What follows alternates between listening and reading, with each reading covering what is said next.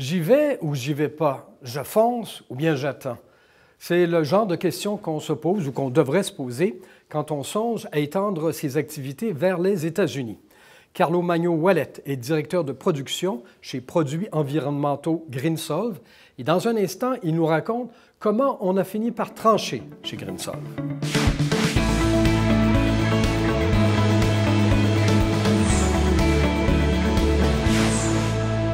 Bienvenue, M. Ouellet. Bienvenue à ce segment de Télécorrex. Merci, M. le Président. Vous êtes chez GreenSolve, en fait très précisément, produits environnementaux GreenSolve. Pouvez-vous, en deux mots, là, nous expliquer exactement ce que vous faites?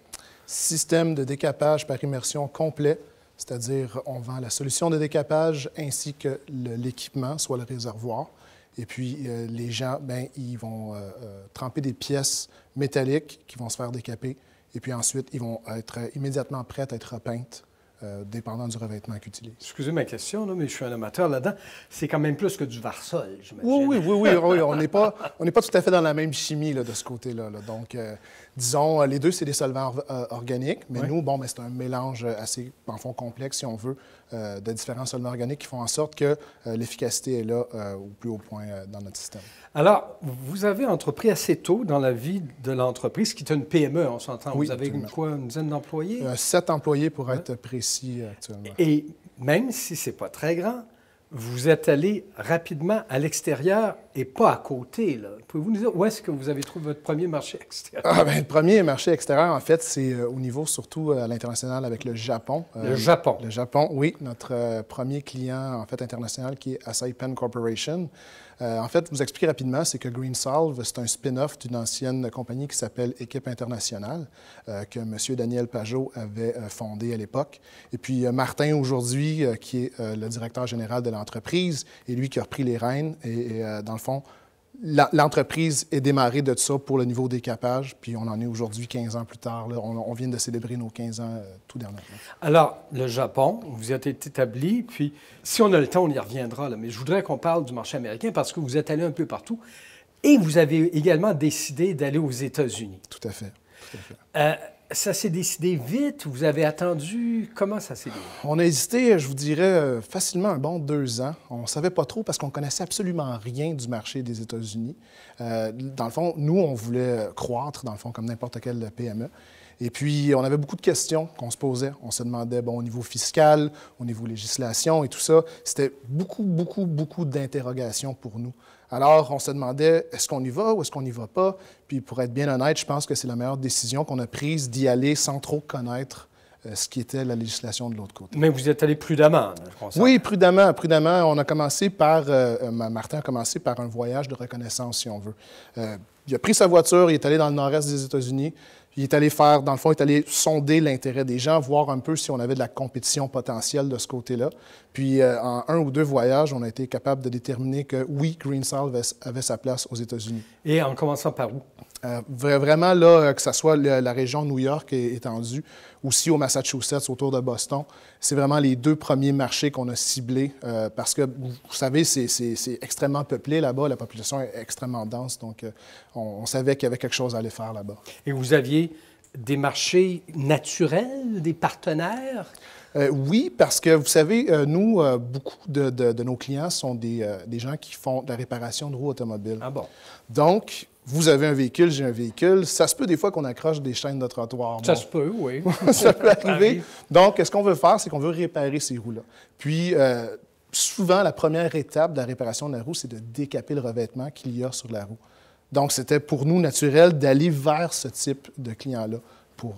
Remarquez, là, si je peux faire un aparté, là, pour ce qui est des roues, des suspensions, avec les nids de poules qu'on a au Québec, vous avez quand même un marché assez étendu. Mais on va refermer la parenthèse.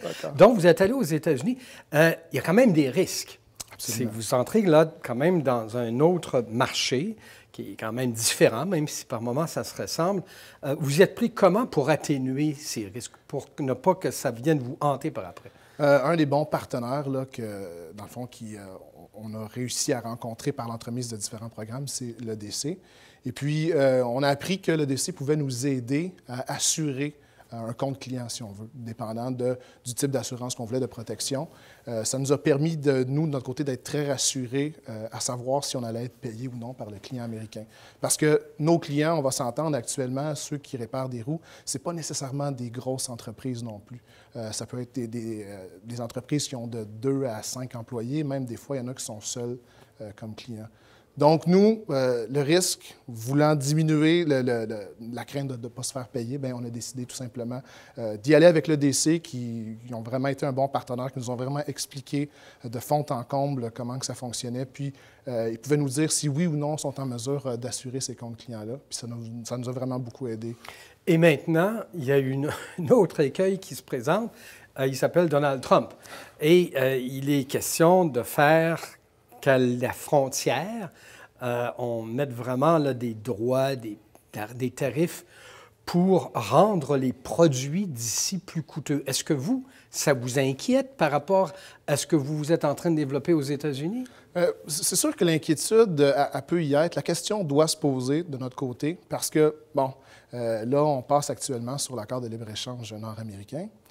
Toutefois, où est-ce qu'on est plus ou moins inquiet, même s'il y a des tarifs supplémentaires d'appliquer, c'est qu'on est sensiblement pas mal essentiel dans le procédé de nos clients.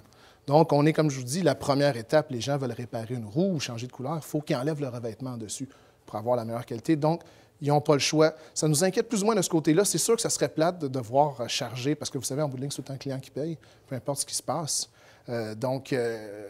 Actuellement, je ne pense pas que le danger est si grand, mais c'est sûr qu'il va falloir constamment rester aux égards de la nouvelle législation qui pourrait être appliquée. Et là, on a parlé des marchés de la Nouvelle-Angleterre, mais je comprends que vous êtes allé après beaucoup plus loin. Vous avez étendu. Là. Absolument. Là, on est rendu, on vend en 18 États américains, très exactement. Et puis, je pense que notre chiffre d'affaires est environ de 25 de notre chiffre total aux États-Unis actuellement. Puis l'objectif, c'est de le grossir le plus possible pour être en mesure de continuer à croître, puis éventuellement aller ouvrir une usine chez nos voisins du Sud. Peut-être qu'ils aimeraient ça, d'ailleurs. Et on en a parlé rapidement, je l'ai escamoté, mais j'y reviens, on va se terminer avec... Pourquoi le Japon comme premier client? Quand même pas à la porte. Mais vous savez, nous, l'entreprise GreenSolve, on a déjà 15 ans d'existence, mais avant GreenSolve, il y avait, comme je vous dis, Équipe internationale, puis la relation avec Saipan Corporation s'est débutée avec Équipe. Elle existait déjà, Elle existait déjà, oui. Donc, ça fait 22 ans qu'on fait affaire avec Saipan Corporation. Donc, vous avez simplement, naturellement, continué cette relation. Absolument, absolument. Puis c'est une très bonne relation. Vous savez, les Japonais ont cette manière de faire des affaires qui font en sorte qu'ils sont très loyaux envers leurs fournisseurs, tout ça. Donc, c'est une bonne relation à long terme qu'on entrevoit, en fait, qu'on espère continuer à conserver par la suite. C'est quand même pas mal sur sa carte d'affaires, disons qu'on a des partenaires au Japon. Carlo Magno-Ouellet de GreenSolve, merci beaucoup d'être venu chez nous à Télécorrect. Ça fait plaisir, M. Vézina. Merci.